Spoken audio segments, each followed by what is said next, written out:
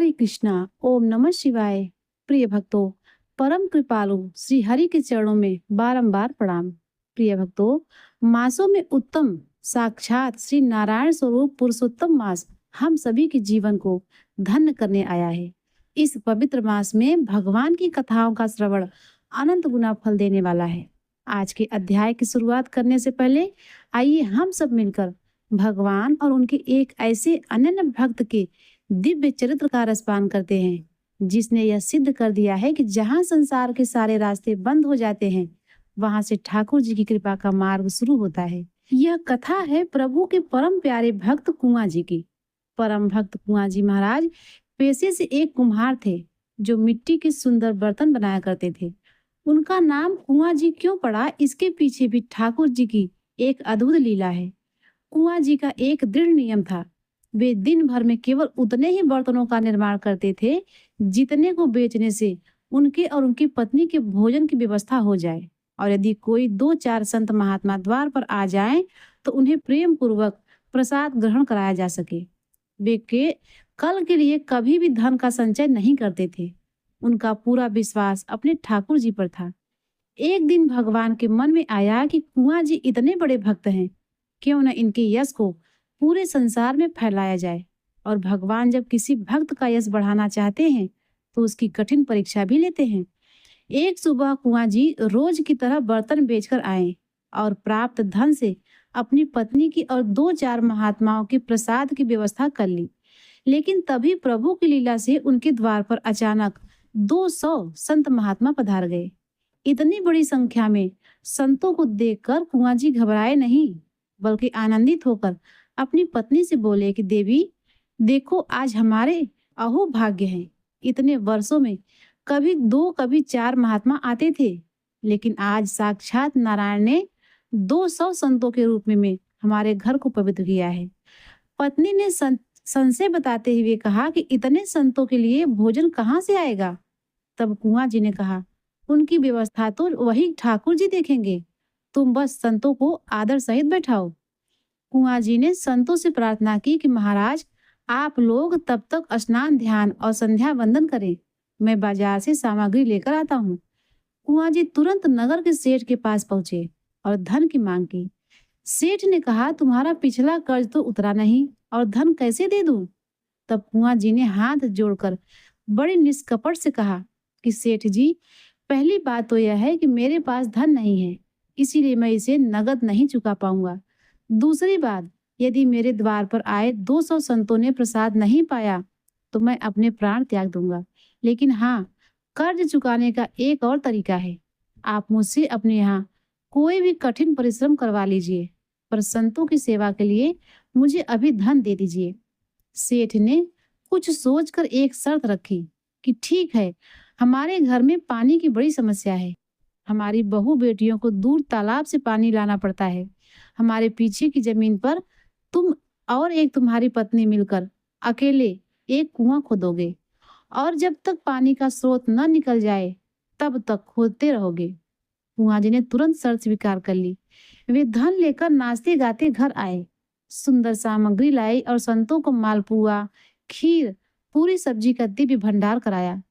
संतों के जाने के बाद अगले ही दिन से कुंवर जी अपनी पत्नी के साथ सेठ के यहाँ कुआं खोदने के काम में लग गए। अब मिट्टी के बर्तन बनाने का काम बंद था, इसीलिए घर में कोई कमाई नहीं हो रही थी।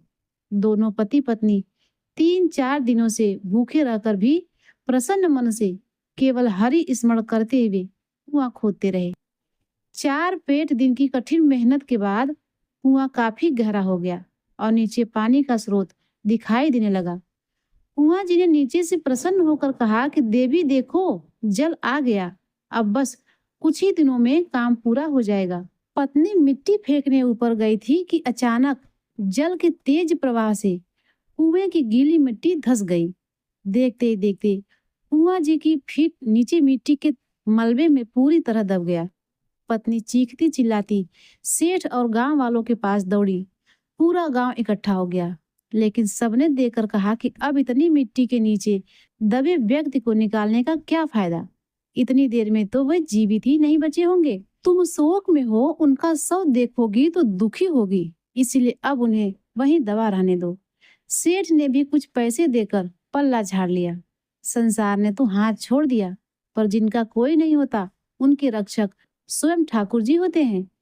कुंवर जी की पत्नी रोज उस मिट्टी के डीले पर जाती, रोती और प्रभु से गुहार लगाती कि हे नाथ, मेरे पति को आपका भजन करते थे, संतों के लिए कर्ज लिया और आज उनकी यह दशा हो गई।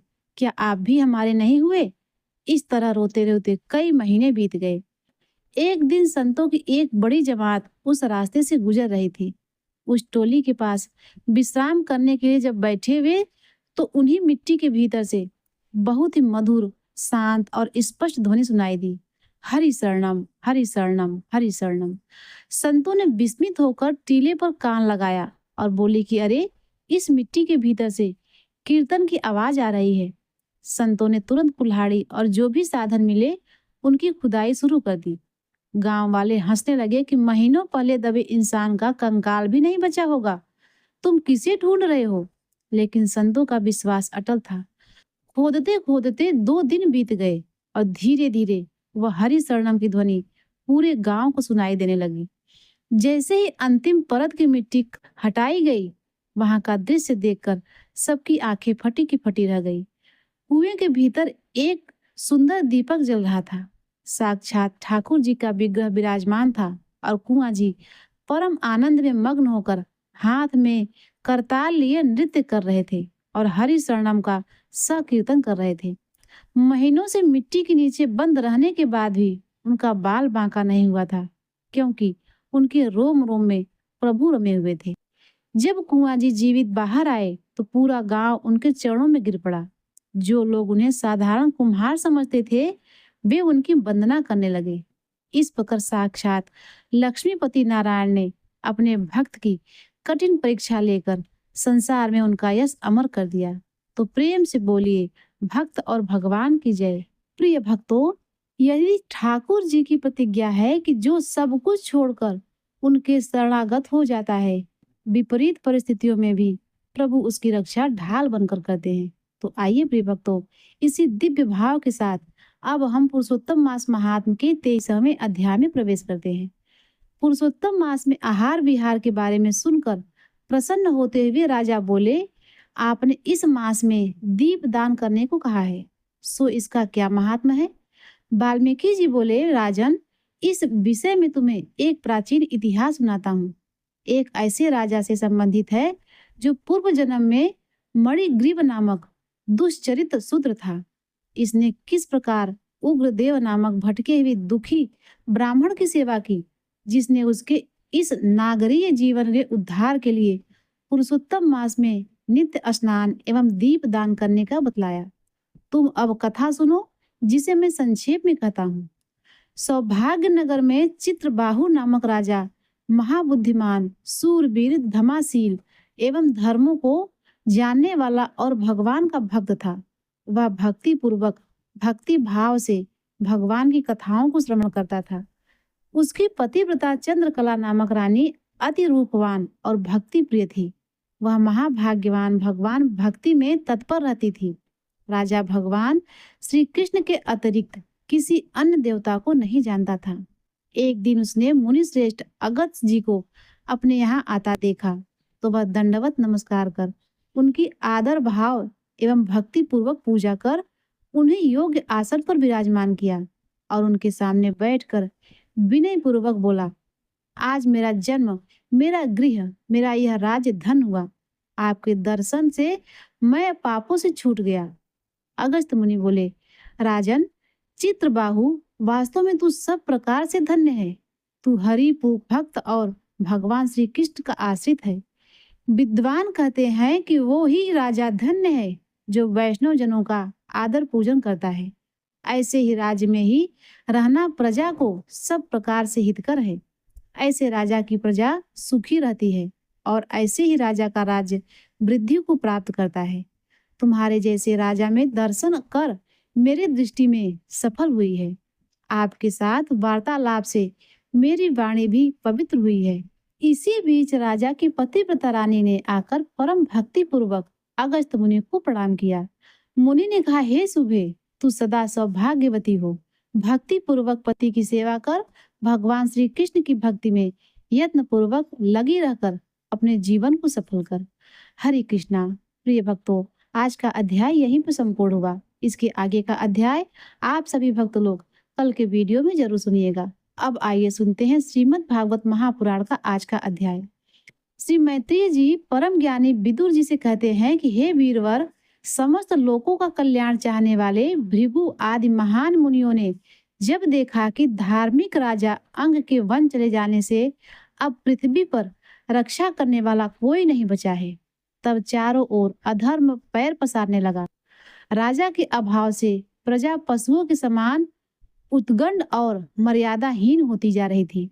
राज सिंहासन को खाली रखकर सृष्टि के लिए विनाशकारी समझकर ऋषियों ने मंत्रियों की असहमति के बाद भी केवल वेन को की माता सुनीता की सहमति लेकर वेन को भूमंडल के राजपद पर अभिषिक्त कर दिया। वेन स्वभाव से अत्यंत क्रूर और कठोर शासक था। जैसे ही राज्य के चारों ओर डाकुओं ने सुना कि एक अत्यंत निर्दयी शासक सिंहासन पर बैठ गया है, वैसे ही सब सर्प के भय से चूहों की भांति डरकर तुरंत जहां तहां छिप गए। इस प्रकार कुछ समय के लिए भय के कारण ही सही चोरी डकैती रुक गई, परंतु राज्य शासन पाते ही वेन के भीतर का अहंकार जाग उठा। राजा के शरीर में 8 लोकपालों की ऐश्वर्य कलाएं निवास करती हैं। इसी मद में चूर होकर वह उन्मत्त हो गया। उसने अभिमानवश स्वयं को ही संसार में सबसे श्रेष्ठ मान लिया और पूजनीय महापुरुषों व संतों का अपमान करना प्रारंभ कर दिया। वह ऐश्वर्य के मद में अंधा होकर अपने रथ पर सवार हो जाता और किसी मतवाले निरंकुश हाथी की तरह पृथ्वी और आकाश को कंपायमान करता हुआ सर्वत्र घूमने लगा। उसने अपने राज्य में यह घोषणा करवा दी कि मेरे राज्य में कोई भी ब्राह्मण या अन्य वर्ण का पुरुष कभी भी किसी प्रकार का यज्ञ दान अथवा हवन नहीं करेगा। इस ढिंढोरा पिटवाने के बाद उसने पूरे भूमंडल पर होने वाले समस्त शुभ और धार्मिक कर्मों को बलपूर्वक बंद करवा दिया। दुष्ट राजा वेन का ऐसा घोर अत्याचार देखकर सारे ऋषि मुनि अत्यंत चिंतित होकर एकत्र हुए। संसार पर संकट आया जानकर उनके भीतर की करुणा जाग उठी और वे आपस में विचार करने लगे कि अहो, जैसे दोनों ओर से जलती हुई लकड़ी के बीच में रहने वाले चींटी आदि छोटे जीव महान संकट में पड़ जाते हैं, ठीक वैसी ही दशा इस समय हमारी प्रजा की हो रही है। प्रजा इस समय एक और राजा के अत्याचारों की आग में जल रही है, तो दूसरी ओर चोर डाकुओं का भय भी बना हुआ है। हमने देश को अराजकता से बचाने के लिए ही अयोग्य होने पर भी वेन को राजा बनाया था, किंतु अब तो रक्षक ही भक्षक बन गया है और स्वयं राजा से ही प्रजा को भय होने लगा है। ऐसी विषम अवस्था में प्रजा को सुख और शांति कैसे मिल सकती है? ऋषियों ने आगे विचार किया कि राजा अंग की पत्नी और मृत्यु के अंश से उत्पन्न हुई सुनीता को कोख से जन्मा यह वेन स्वभाव से ही दुष्ट है। सांप को दूध पिलाने के समान इसको राजा बनाना हमारे लिए अनर्थ का कारण बन गया है।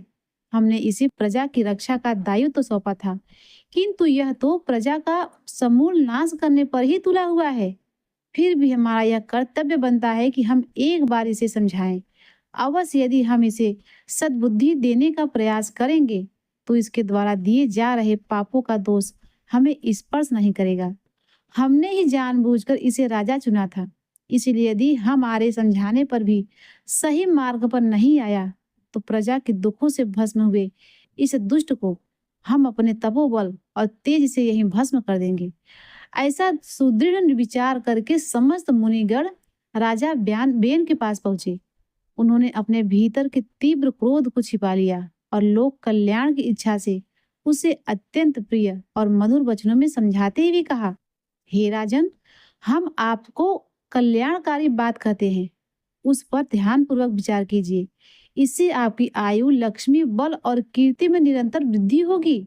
हे तात, यदि कोई मनुष्य अपने वनवाड़ी शरीर और बुद्धि से धर्म का आचरण करता है तो उसे मृत्यु के पश्चात स्वर्ग आदि शोक रहित दिव्य लोकों की प्राप्ति होती है।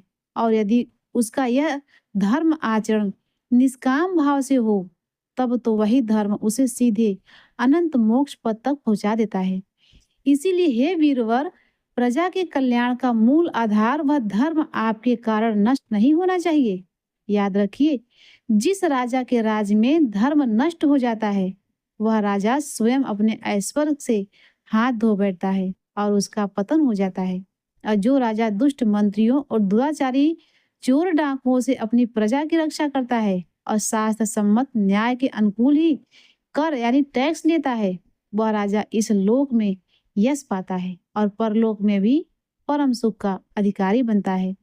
हे महाभाग, जिसके राज्य अथवा नगर में चारों वर्णों और आश्रमों के नियमों का पालन करने वाले श्रेष्ठ पुरुष अपने स्वधर्म के द्वारा यज्ञ पुरुष भगवान नारायण की आराधना करते हैं, उस आज्ञाकारी राजा में साक्षात भगवान सर्वदा प्रसन्न रहते हैं, क्योंकि वे प्रभु ही चराचर जगत की आत्मा तथा समस्त भूतों के एकमात्र रक्षक हैं।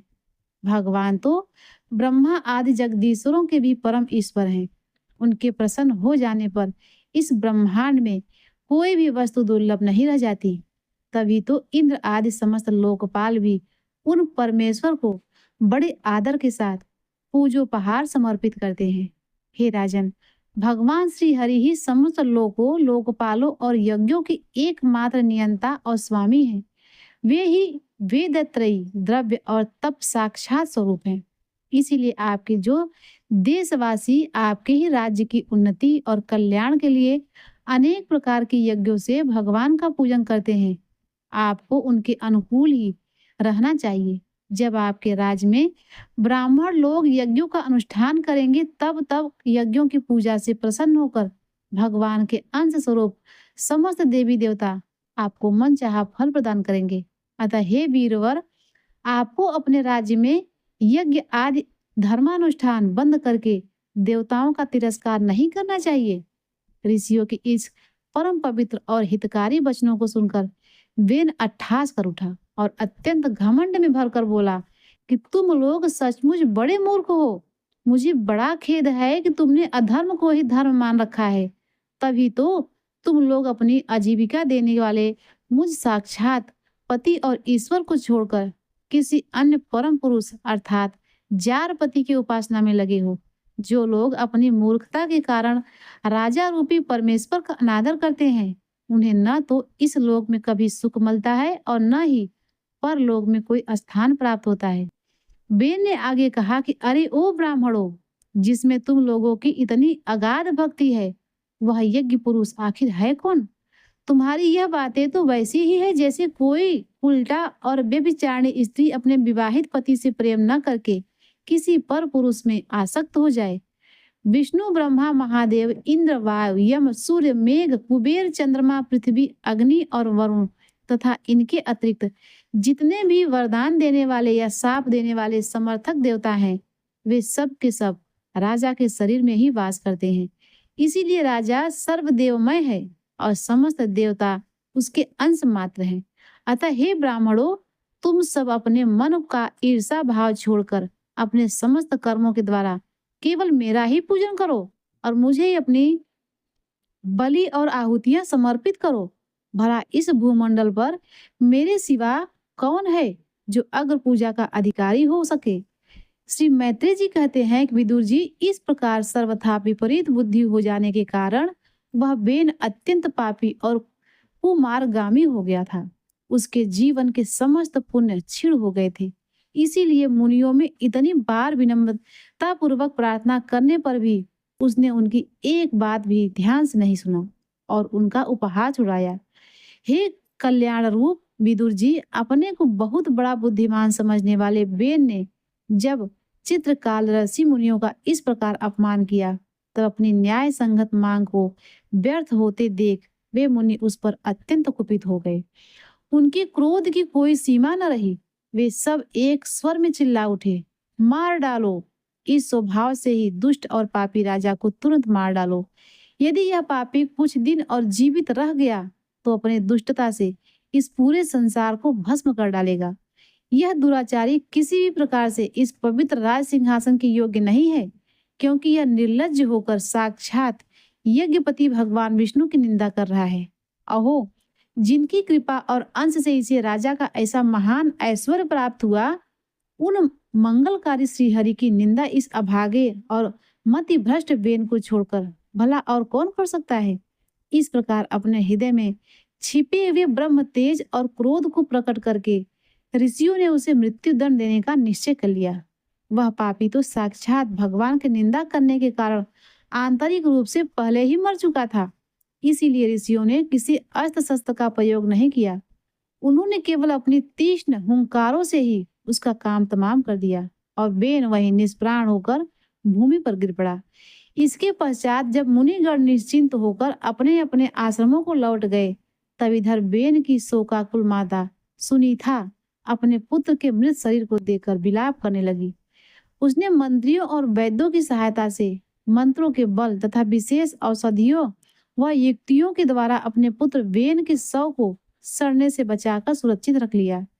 कुछ समय बीतने पर एक दिन वे सभी मुनिगण सरस्वती नदी के पवित्र जल में स्नान करके और अपने नित्य नियम अग्निहोत्र से निवृत्त होकर नदी के सुंदर तीर पर बैठे हुए थे।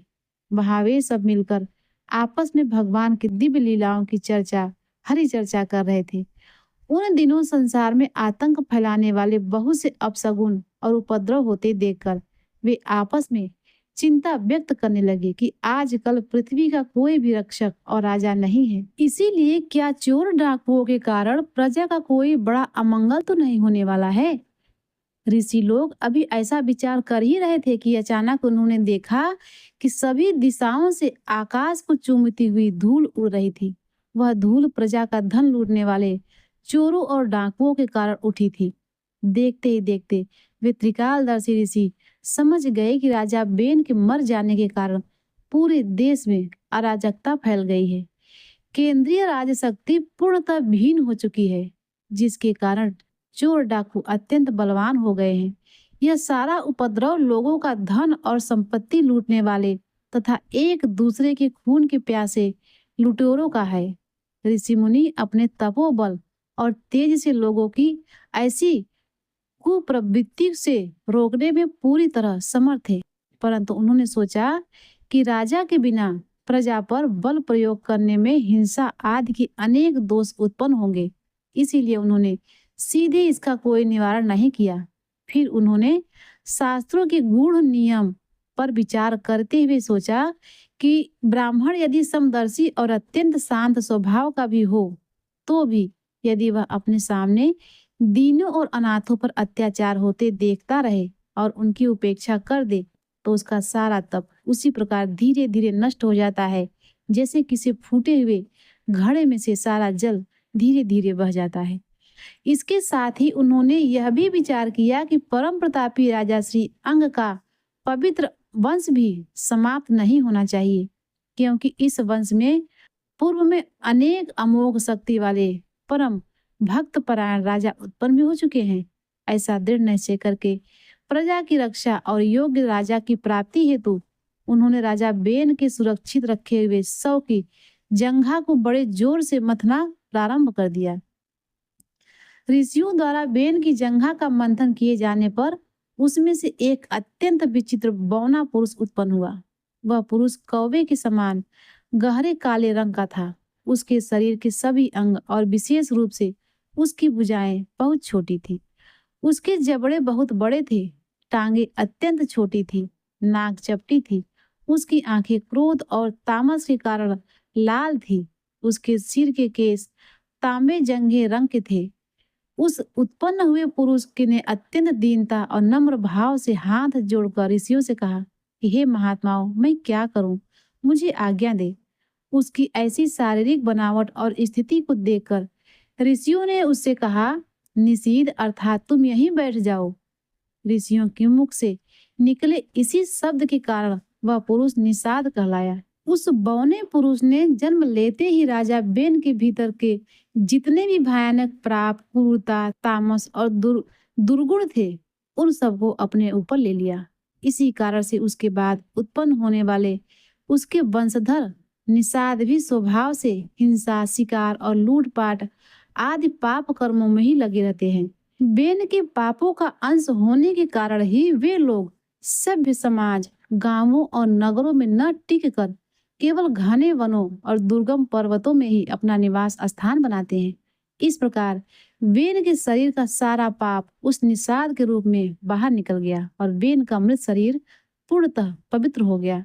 श्री मैत्री जी कहते हैं कि हे विदुर, जब निषाद के रूप में राजा वेन का सारा पाप बाहर निकल गया और उनका मृत शरीर पूर्णतः पवित्र हो गया, तब ब्रह्मवादी ब्राह्मणों ने पुत्रहीन राजा वेन की दोनों भुजाओं का मंथन किया।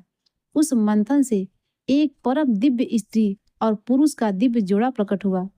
उन दोनों को उत्पन्न हुआ देख और उन्हें साक्षात भगवान का अंश जानकर वे वेद वेदता ऋषि अत्यंत प्रसन्न हुए और हर्षित होकर कहने लगे, यह जो पुरुष प्रकट हुआ है, यह साक्षात भगवान विष्णु की विश्वपालित कला अर्थात संसार का पालन करने वाली शक्ति से प्रकट हुआ है। और यह जो स्त्री है, वह उन परम पुरुष नारायण की कभी अलग न होने वाली अनपायनी शक्ति साक्षात लक्ष्मी जी का अवतार है।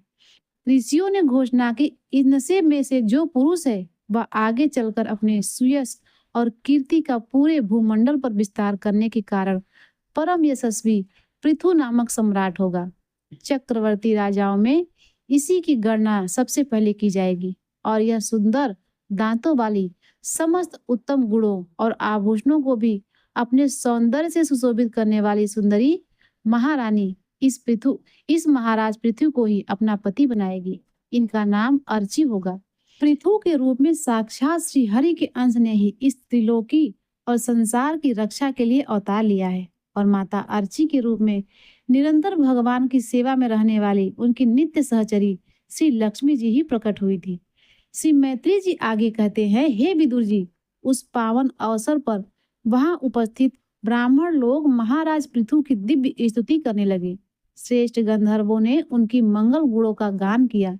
सिद्ध पुरुषों ने आकाश से सुंदर पुष्पों की वर्षा की और अप्सराएं आनंदित होकर नाचने लगी।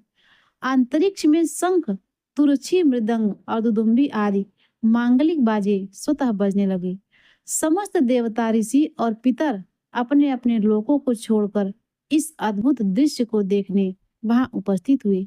साक्षात जगत गुरु ब्रह्मा जी भी समस्त देवताओं और देवेश्वरों के साथ वहां पधारे।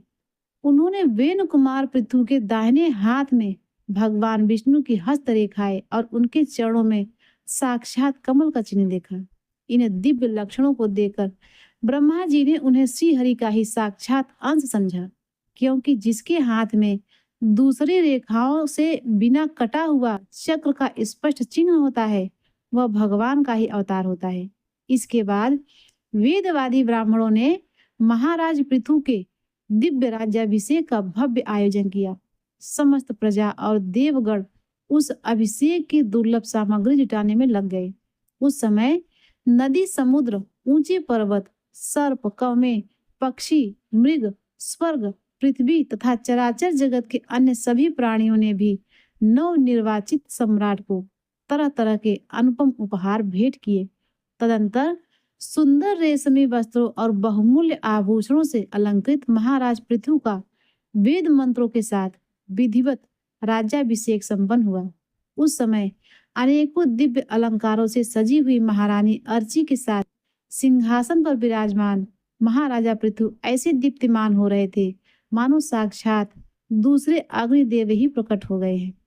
हे वीर विदुर जी, उस राज्याभिषेक के अवसर पर देवताओं ने महाराज पृथु को अद्भुत और चमत्कारी शक्तियां तथा उपहार प्रदान किया। धनपति कुबेर ने उन्हें साक्षात सोने का एक अत्यंत सुंदर सिंहासन दिया। वरुण देव ने चंद्रमा के समान श्वेत और प्रकाशमान छत्र भेंट किया, जिससे निरंतर शीतल जल की महीन फुहारें झरती रहती थी।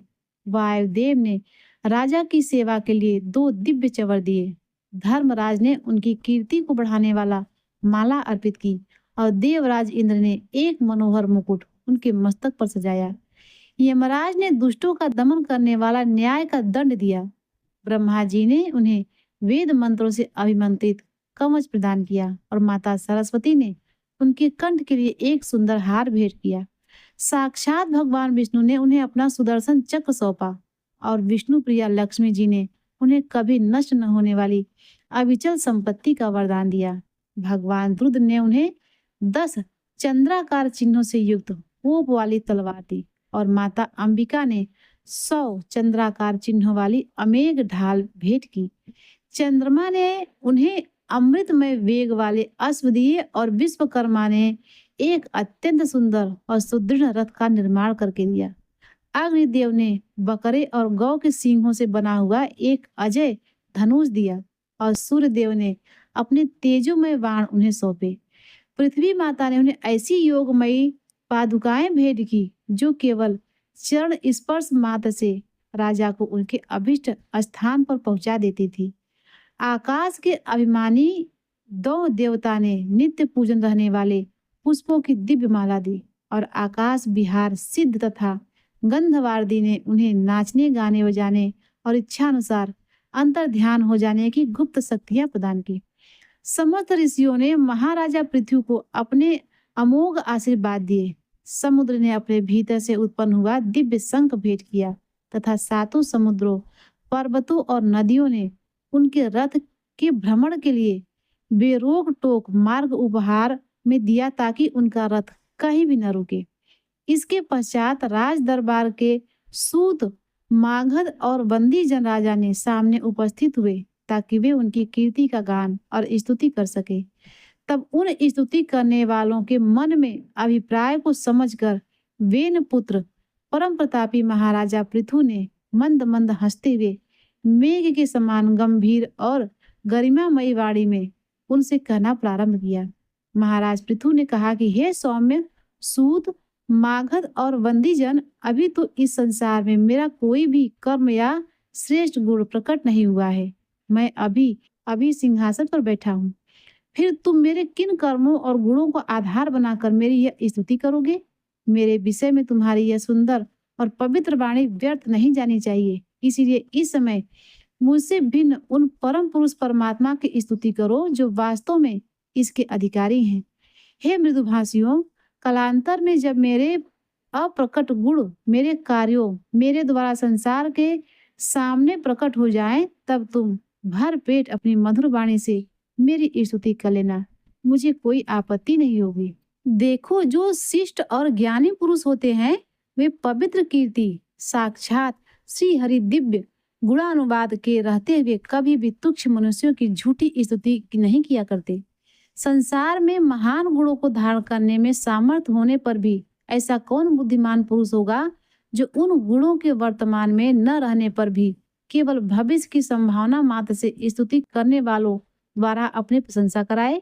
यदि कोई किसी की कहे ही यदि यह बालक विद्याभ्यास करता तो इसमें अमुक अमुक महान गुण हो जाते।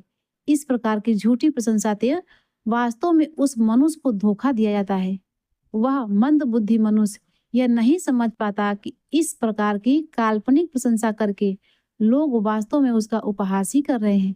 जिस प्रकार कोई लज्जाहीन और उदार चरित्र वाला पुरुष अपने किसी निंदनीय अथवा बुरे पराक्रम की चर्चा समाज में होनी बुरी समझता हो, ठीक उसी प्रकार लोक विख्यात और वास्तव में समर्थ पुरुष बिना कर्म किए अपनी झूठी स्तुति को भी अपने लिए निंदित और अपमानजनक मानते हैं।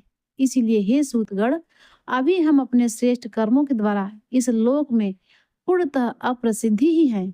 हमने अब तक प्रजा के कल्याण के लिए कोई भी ऐसा महान काम नहीं किया है जिसकी प्रशंसा की जा सके। ऐसी स्थिति में हम अपने स्वार्थ के लिए तुम लोगों से छोटे बच्चों के समान अपनी कीर्ति का गान भला किस प्रकार करवाएं? जब हम कर्म करेंगे तब हमारी कीर्ति स्वतः ही फैलेगी। हरे कृष्णा। प्रिय भक्तों, आज का अध्याय यहीं पर समाप्त हुआ। इसकी आगे का वृत्तांत आप सभी भक्त लोग कल के वीडियो में जरूर सुनिएगा। प्रिय भक्तों, अब आइए सुनते हैं श्री विष्णु सहस्त्र नाम का पाठ। विश्वम अपानिधि विष्णु अधिष्ठानम वटकार अम्रमत भूत भव्य भवत प्रभु प्रतिष्ठित भूतकृत स्कंद भूतभृत स्कंधर भाव धुर्य भूतात्मा वरद भूत भावन वायुवाहन भूतात्मा वासुदेव परमात्मा बृहद दानु मुक्तात्मा परमागति आदिदेव अव्यय पुरंदर पुरुषः आशोक साक्षी तारण क्षेत्रज्ञ तार अक्षर सूर योगः शौर्य योग विंदानेता जनेश्वर प्रधान पुरुषेश्वर अनुकूल नारसिंह वपुः शतावर्त श्रीमान पद्मी केशव पद्मनिभेक्षण पुरुषोत्तम पद्मनाभ सर्व अरविंदाक्ष सर्व पद्मगर्भ शिव शरीरभृत स्थाणु महार्दी भूत आदि रिद्ध नितिरव्यम वृद्धात्मा संभव महाक्ष भावन गरुड़ध्वज भर्ता अतुल प्रभव सरभ प्रभु भीम ईश्वर समयज्ञ स्वयंभू हरिहर शंभु सर्वलक्षण लक्षण आदित्य लक्ष्मीवान पुष्कराक्ष समितिजय महास्वन विक्षर अनादिनिधन रोहित धाता मार्ग विधाता हेतु धारुत्तम दामोदर अप्रेमेय सह ऋषिकेश महिधर पद्मनाभ महाभाग अमर प्रभु वेगवान विश्वकर्मा अमितासन मनु उद्धव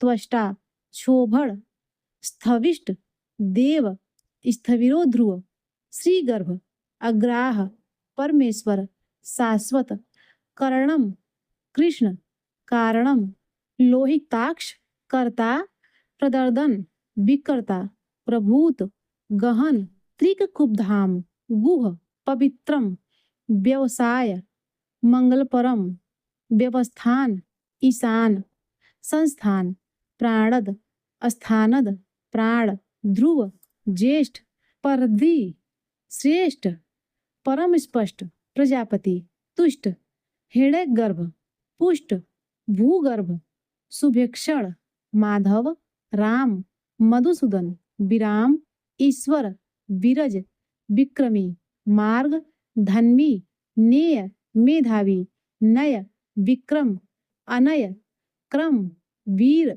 अनुत्तम शक्तिमत्ता श्रेष्ठ दुराधर्ष धर्म कृतज्ञ धर्म विदुत्तम कृति वैकुंठ आत्मवान पुरुष सुरेश प्राण शरणम प्राणद शर्म प्रणव विश्वेता पृथु प्रजाभाव हृदय गर्भ अह शत्रुघ्न संवत्सर व्याप्त व्याल वायु प्रत्यय अधोक्षज सर्वदर्शन ऋतु अज सुदर्शन सर्वेश्वर काल सिद्ध परमेष्ठि सिद्धि परिग्रह सर्वादि उग्र अच्युत संवत्सर कृषाकपि दक्ष अयुआत्मा विश्राम सर्वयोग विनहश्रित विश्व दक्षिण वसु विस्तार वसुमना स्थावर स्थाणु सत्य प्रमाणम समाप्तम बीजमव्यम सम्मित अर्थ सम अनर्थ अमोघ महाकोश पुंडरीकाक्ष महाभोग विश्वकर्मा महाधन विशाकृति अनिर्विणम रुद्र स्थविष्ट बहुशिरा अभु बभ्रु धर्मयुग विश्वयोनि महामख सुचित्रवा नक्षत्र नेमी अमृत नक्षत्री शाश्वत स्थाणु छम वारारोह छाम महातपा समीहन सर्वग यज्ञ सर्वविद्भावनु ईज्य विश्वसेन महेज्य जनार्दन क्रतु वेद सत्रम वेदविद सातंगति अव्यंग सर्वदर्शी वेदांग विमुक्त्वा वेदवित् सर्वज्ञ कपि ज्ञान मुक्तम लोकाध्यक्ष सुब्रत सुराध्यक्ष सुमुख धर्माध्यक्ष सूक्ष्म कृताकृत सुघोष चतुरात्मा सुखद चतुर्व्यह सुहत चतुर्दृष्ट मनोहर चतुर्भुज जित क्रोध भ्राजिणु वीरबाहु भोजनम विदारण भोक्ता स्वापन सहस्रु स्व जगदादिज व्यामी अनघ नैकात्मा विजय नैक कर्मकृत जेता वत्सर विश्वयोनि वत्सल पुनर्वसु वत्सी उपेंद्र रत्नगर्भ वामन धनेश्वर प्रांशु धर्मगुप्त अमोघ धर्मकृत सुचि धर्मी ऊर्जित सत अतीन्द्र असत संग्रह क्षरम सर्ग अक्षरम धृत्मा अविज्ञाता नियम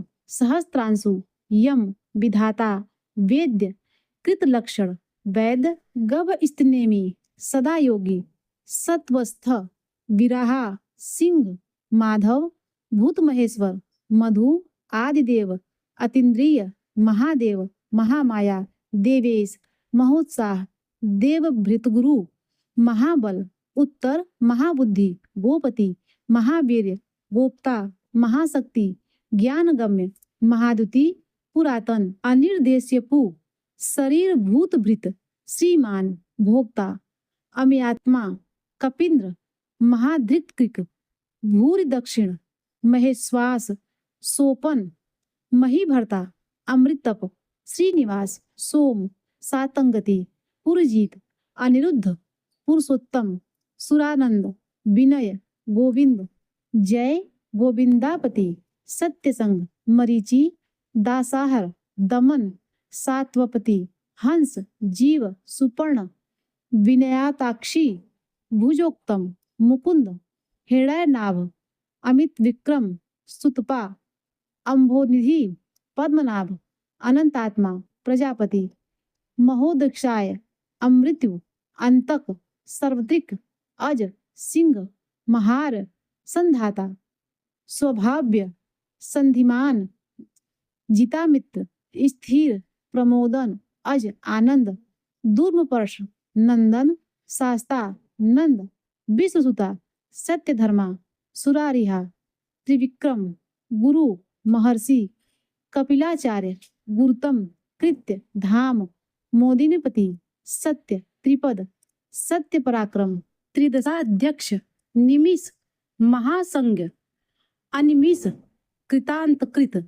सग्री महावराह वाचस्पति उदारधि गोविंद अग्रणी सुरेश ग्रामणी कनागांधी श्रीमान गुहा न्याय गभीर नेता गहन समीरण गुप्त सहस्त्र मूर्धा चक्र गदाधर विश्वात्मा वेधा सहस्त्राक्ष स्वांग सहस्त्रपात अजीत आवर्तन कृष्ण निव्रात्मा दृढ़ समृत संगणोक्षुत संप्रमर्दन वरुण अह संवर्तक वारुण वाही वृक्ष अनिल पुष्कराक्ष धरणीधर महामना सुप्रसाद भगवान प्रसन्नात्मा भगहा विश्वधृक आनंदी विश्वभुज वनमाली विभु हलायुध सत्कर्ता आदित्य सत्कृत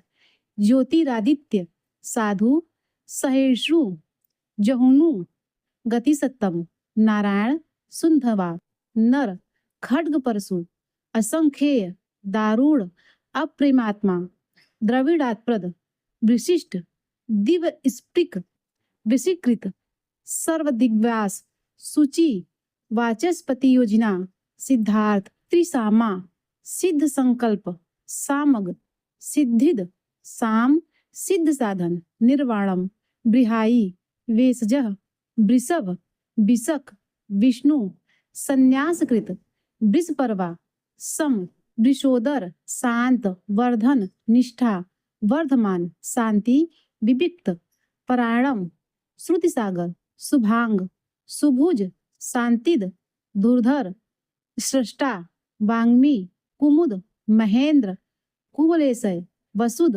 गोहित वसु गोपति नैक रूप गोप्ता बृहद्रूप वृषभाक्ष विपिष्ट वृषप्रिय प्रकाशन अनिवर्ती ओजस तेजो द्युतिधर निर्दात्मा प्रकाशात्मा संक्षेपता प्रपादन क्षेमकृत हृद शिव स्पाटक्षर श्रीवत्सवक्षा मंत्र श्रीवास चंद्रासु श्रीपति भास्कर दुति श्री मांतावर, अमृत शुद्धव, श्रीद भानु, श्रीस ससबिंदु, श्रीनिवास, सुरेश, श्रीनिधि, औषधम, श्री विभावन, जगसेतु, श्रीधर, सत्य धर्म पराक्रम, श्रीकर, भूत भव्य भवनाथ, श्रेय भवन पवन, श्रीमान पावन, लोक त्रयाश्रय, अनल स्वच्छ, कमहा, स्वंग, कामकृत, सतानंद,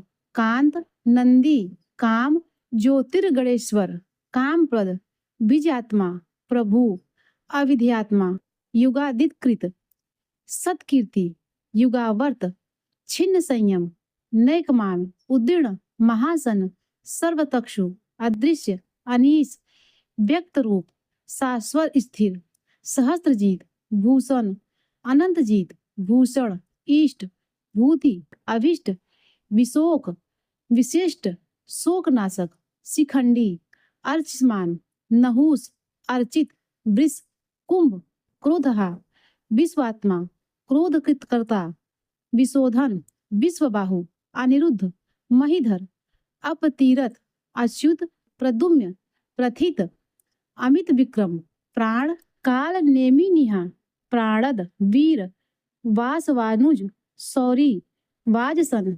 सूरजनेश्वर, श्रृंगी, त्रिलोकात्मा, जयंत्र, त्रिलोकेश, सर्वविजयी, केशव, सुवर्ण बिंदु, केसिहा, अक्षोभ्य, हरि, सर्ववागीश्वरेश्वर, कामदेव, महाहर्द, कामपाल, महागर्त, कामी, महाभूत, कांत, महानिधि, कृतागम, कुमुद, अनिदेश्यपु, कुंदर, विष्णु, कुंद, वीर, परजन्य, अनंत, पावन, धनंजय, अनिल, ब्रह्मांड, अमृतांश, ब्रह्मकृत, अमृतवपु, ब्रह्मा, सर्वज्ञ, ब्रह्म, सर्वतोमुख, ब्रह्म विवर्धन, सुलभ, ब्रह्मवित्, सुब्रत, ब्राह्मण, सिद्ध, ब्रह्मी, शत्रुजीत, ब्रह्मज्ञ, शत्रुतापन, ब्राह्मण प्रिय, न्याय क्रोध, महाक्रम, उदुम्बर, महाकर्मा, अश्वत्थ, महातेजा, चारु,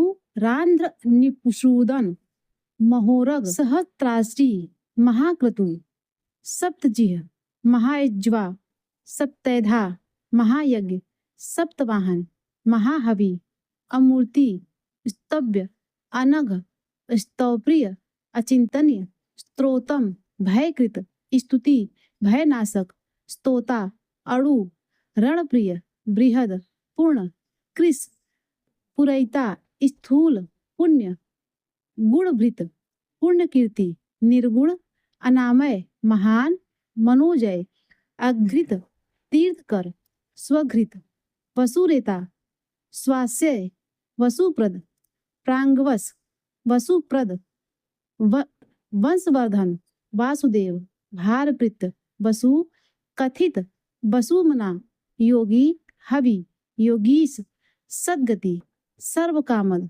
सत्यकृति, आश्रम, सत्ता, श्रमण, सद्भुति, क्षाम, सत्यपरायण, सुपर्ण, सूरसेन, वायुवाहन, यदुश्रेष्ठ, धनुर्धर, सन्निवास, धनुर्वेद, सुयामुनि, दंड, भूतावास, दमयिता, वासुदेव, दम, सर्वानुलियन, अपराजित, अनल, सर्वसह, दर्पाः, नियंता, दर्पद, अनियम, तृप्त, अयम, दुर्धर, सत्यवान, अपराजित, सात्विक, विश्वमूर्ति, सत्य, महामूर्ति, सत्य धर्मपरायण, दीप्त मूर्ति, अभिप्राय, अमूर्तिमान, प्रिहार, अनेक मूर्ति, हर, अव्यक्त, प्रियकृत, सतमूर्ति, प्रीतिवर्धन, सनातन, विहाय सगति, एक, ज्योति, नैक,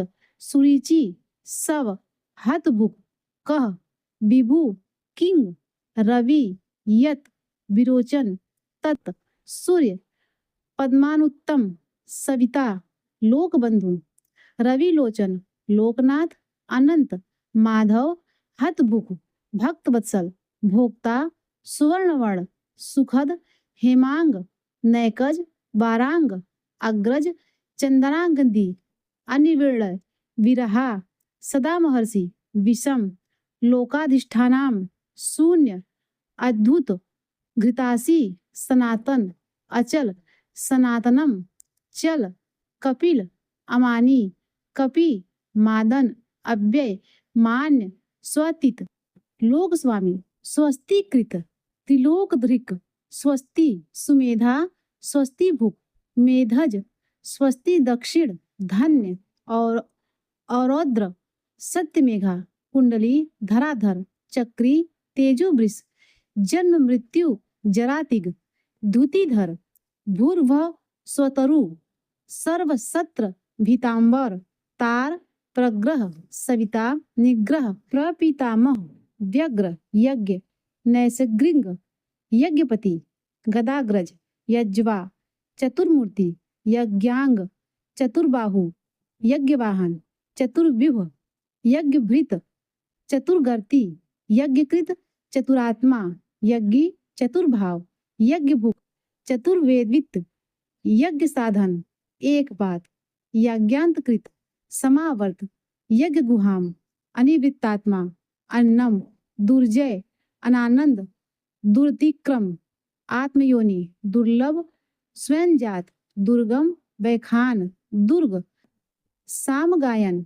दुरावसा देवकी नंदन दुरारिहा सृष्टा शुभांग क्षितिज लोक सारंग पापनाशक सुतंतु शंखभृत तंतुवर्धन नंदकी इंद्रकर्मा चक्री महाकर्मा सांग धनवा कृतकर्मा गदाधर कृतागम रणापाड़ी उद्भव अवक्षोभ सुंदर सर्व प्रहरायुध सुंद चतुरक्ष रत्ननाभ गभीरात्म सुलोचन विदिश अर्क व्यादिश विक्रमी दिश उर्जित शासन अनादि सप्तादिग भुवो भुव सप्तसह लक्ष्मी शिशिर सुवीर सर्वरीकर अधाता अक्रूर आधार निलय पेशल ऊर्ध्वग दक्ष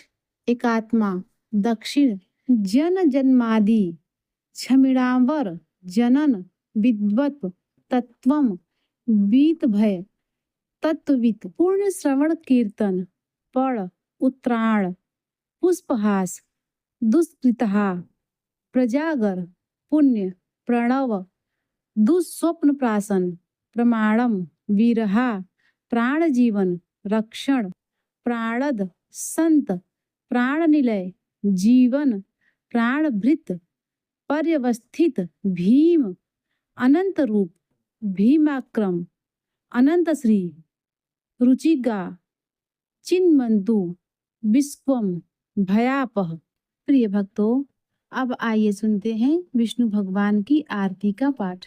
ओम जय जगदीश हरे स्वामी जय जगदीश हरे भक्त जनों के संकट दास जनों के संकट क्षण में दूर करे। ओम जय जगदीश हरे जो ध्यावे फल पावे दुख बिन से मन का स्वामी दुख बिन से मन का सुख संपत्ति घर आवे कष्ट मिटे तन का।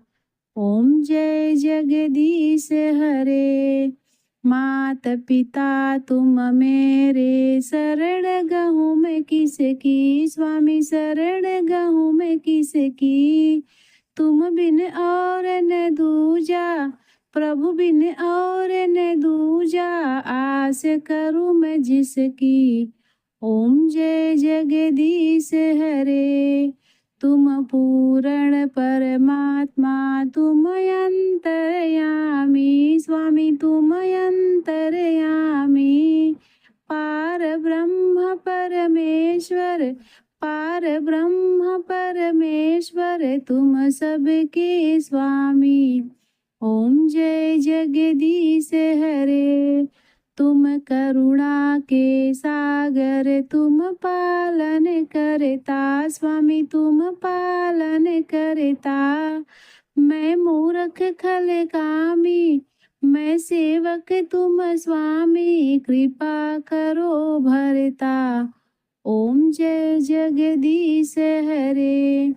तुम हो एक अगोचर, सबके प्राणपति, स्वामी सबके प्राणपति।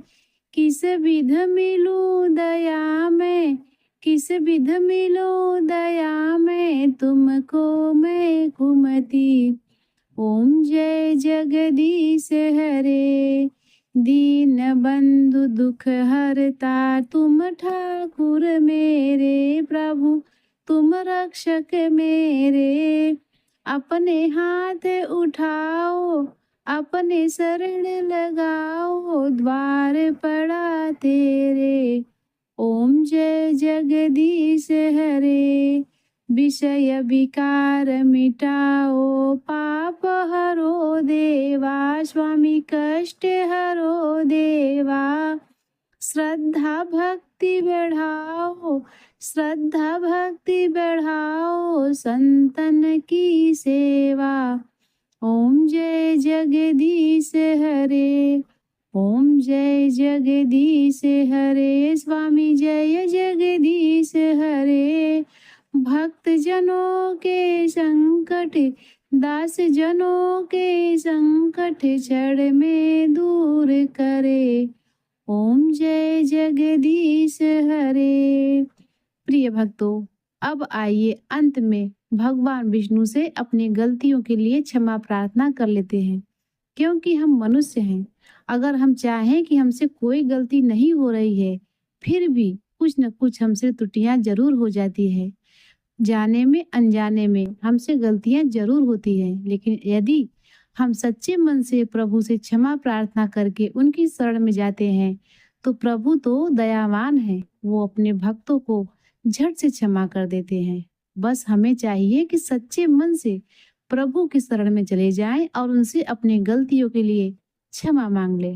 तो चलिए प्रिय भक्तों, कथा के अंत में हम सभी मिलकर भगवान विष्णु से क्षमा प्रार्थना करते हैं। हे सच्चिदानंद परम करुणामय भगवान विष्णु, हे लक्ष्मी नारायण भगवान, आप सबके अंतःकरण में वास करने वाले सर्वज्ञ, सर्वशक्तिमान और अत्यंत दयालु हैं।